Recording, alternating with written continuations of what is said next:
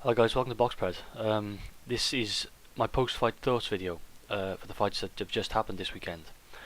So let's begin. The first fight that we're looking at is the fight between heavyweights Alexander Povetkin and Marco Huck. I predicted a decision victory for Povetkin, which he got. Now, this was a very good heavyweight fight. It was actually a good example for the heavyweights compared to obviously what we had happening between Chisora and Hay last week. Although I did like the Chisora and Klitschko fight, the whole surrounding of it obviously put a dampener on things. But yeah, this was a good advertisement for the heavyweight division. It was a pretty exciting fight, and very close fight as well. I didn't score the fight. I was just watching it for enjoyment purposes. I didn't bother scoring it. But my consensus generally was that I gave Povetkin a close decision.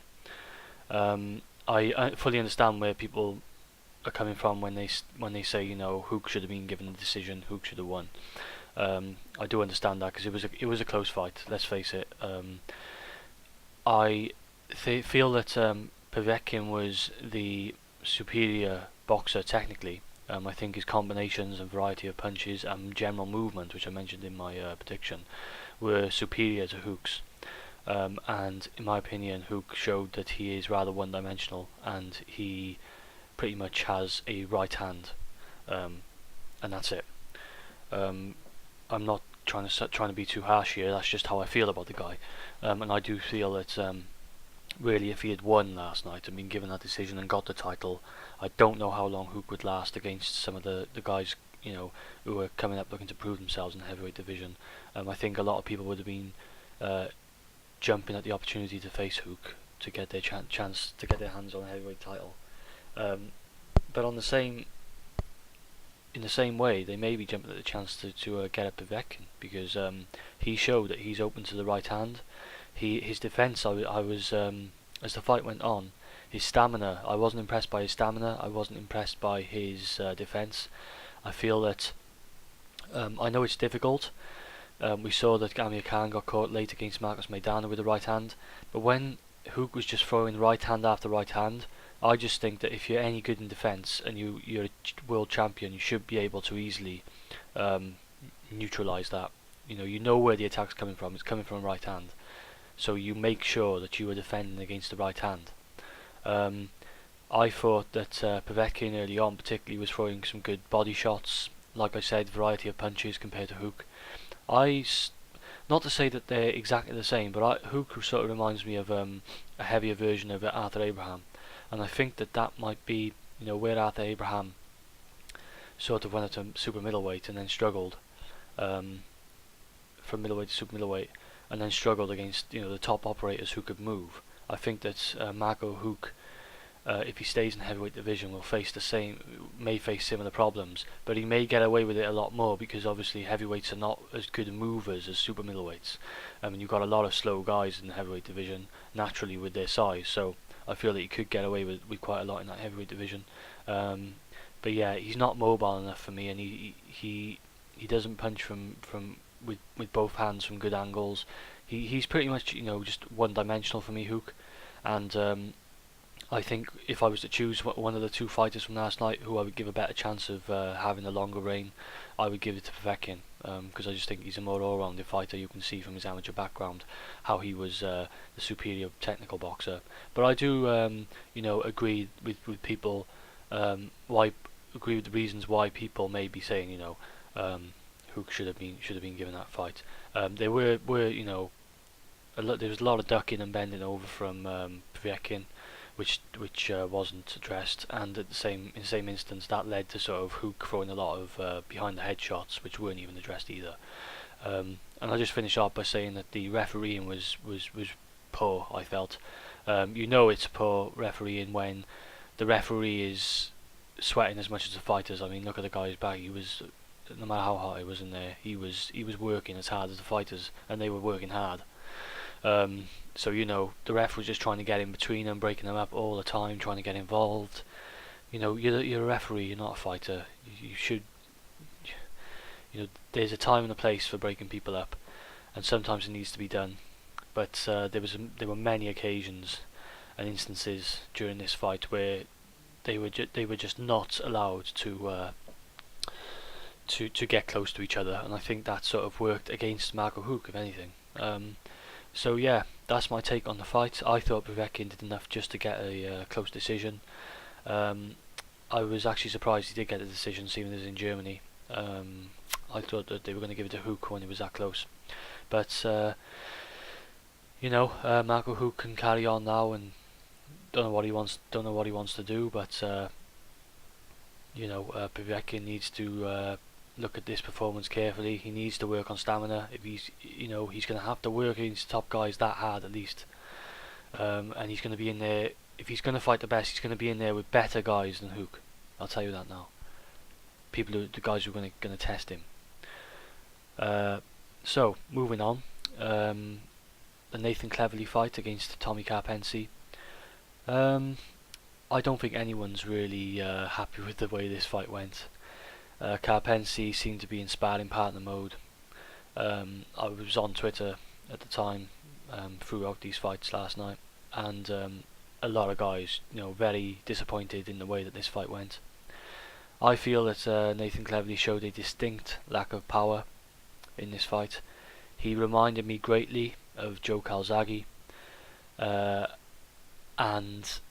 that means throwing a very high volume, looking good to the judges, volume wise, but really your punches are having no effect, or very little effect, not hurting the guy. I mean, the guy was pretty much a punching bag, and Cleverly at times just seemed like he wasn't. It seems like he's giving a lot, but he's not. If you get what I'm saying, he's not choosing and throwing hard enough. It seems like he's pulling back his punches before they've connected, and he's got quick hands, but Calzaghe had quick hands, but you've got to let those punches land, let the full blow go through the body. And I just think that the amount of body shots that Karpency took off Cleverly, I said this on Twitter, if he'd taken those shots from Tavoris Cloud, I'm of the opinion he would have been out of there. Karpency would not have survived that fight. And I think, going forward, I'm a little bit concerned with Cleverly because, number one, if he wants to make a worldwide name for himself, he's going to struggle just as Joe Calzaghe did, because he's not a big puncher, off looking at this fight, off of this fight. And two, if he's going to go in there with a guy like Tavoris Cloud, who there's big talk of him looking for, he may be involved in a war that he doesn't want to be in. Tavoris Cloud is the more powerful guy, and whereas Tavoris Cloud got outboxed by Campillo, we already know now, and I'm convinced, as much as I say it's not going to change his style, Cleverly takes away his attributes, his advantageous attributes, takes away those levers, takes away those straight punching abilities, potential, and he goes on the inside, and he leans forward and he shortens his punches. Maybe that's why his power's not there. He's shortening his punches, he's throwing wide punches. We only have to see with the next fight I'm going to mention, Adrian Broner, straight right, took out Eloy Perez, straight punches, man, straight punches with speed, kill. Cleverly doesn't throw them. He doesn't throw them. He doesn't, have a particularly good jab. He doesn't have particularly good any punches, really, in my opinion. And I'm only being very critical here of Cleverly because, as much as I like the guy and he's from my neck of the woods, I'm not going to be, I'm going to be realistic here. He's a world champion. Number one, this guy should never been in the ring with him. And number two, if he's looking to move into guys who should be in the ring with him, he may be in a lot of trouble. And I've had some concern for some time that he doesn't fight to his advantage. He doesn't use those levers. He's got long arms. He could have power, I think, but he just doesn't use them. He goes inside and he shortens his punch range.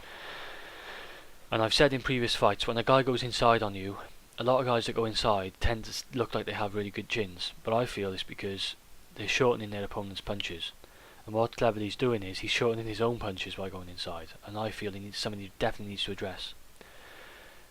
So, bit disappointed with that one. Moving on, uh, Adrian Broner got a 4th round knockout against Eloy Perez, which I predicted Broner to win by knockout. I think I said inside the first half of the fight, possibly. I think a lot of guys, unlike me, gave Eloy Perez more of a chance than I did. I never saw this as really being that competitive. I thought that as much as cocky as he is, and as unlikable as his character may be sometimes, not particularly to me, but to a lot of guys, I can appreciate how good Broner is. That wide stance, the power he has, the speed he has, devastating speed, the angles he hits at. That was an accident waiting to happen for Eloy Perez, because early in the fight I could see, particularly the left hook, as Eloy Perez was coming in to attack, Adrian Broner was, had that left hook was dangerous from him. It was very quick, and I thought it was going to be a left hook that was going to stop Eloy Perez. But he fair play to Perez. He took quite a lot of good shots early in that fight, and he carried on, and he battled through, and he gave it a good go. But Broner's very hard to hit. He's got that sort of Mayweather defense type thing going on, the Philly shell. He's very skilled, and it was a very, very good punch that ended it, that straight right. And I know that there was a bit of talk of the second punch was around the ear, but I think that first punch was probably enough to end that, and if it hadn't ended, then it was going to end soon anyway. Too quick and too skillful. So Broner's got a very bright future ahead of him, and some very good fights to come from him. Excited to see what he gets up to now. And then finally, Devin Alexander won a 10-round clear decision over Marcos Maidana. First of all, you all know how I felt about the 10-round thing, but to be honest, it really didn't matter in this fight. And props to Devin Alexander. He really gave a really good performance. I was impressed with his performance. He used that effective aggression that you need to use against Marcos Maidana, and he actually got stronger as the fight went on. And it was a really good performance from Devin Alexander. It looks like that he may be better at this weight. He said he is learning. Perhaps by learning, he is learning how to be a fighter, how to tough things out, and how to use advantage of his skills. And maybe that will endear him to the boxing public a bit more than he has been over the last few fights. But that was definitely a good performance. I will say this, Marcos Maidana looked like a shadow of himself. I didn't really feel it was the best Marcos Maidana in there. From the start, it looked like his mind was sort of elsewhere to me. But maybe, that's just excuses. I did predict, Alexander to win by decision, but I thought it was going to be much closer than that. He really did make that look easy. And Maidana was never really in the fight, I don't think. He never hurt Alexander. He struggled to land on him. Alexander was way too quick for Marcos Maidana in this one. And all in all, I was impressed with Alexander. I still wouldn't pick him against the top guys in the division, but I think that given some more fights, if he fights away from home and wins some 12-rounders against some decent opposition, my mind might start to change a bit. So yeah, all in all, it was really a good night's work of boxing. Just a quick mention that another British prospect, up-and-coming guy, Frankie Gavin, you may have heard of him. He also scored an early knockout in his fight on the undercard of the Cleverly fight, and it was a good performance for Frankie Gavin. A good body shot that ended it, and I think lately we've heard that he's starting to take things a bit more seriously, putting a bit more commitment into his work, and that's what you get. That type of performance, those type of results. So good luck to Frankie Gavin in the future now, and I think good things to come from him. So yeah, I'm going to leave it there. This video is approaching 15 minutes now. I hope that gives my views on all the fights. Please let me know what you guys think. Always interested. And thanks for watching. This is Boxpred, and I'm out.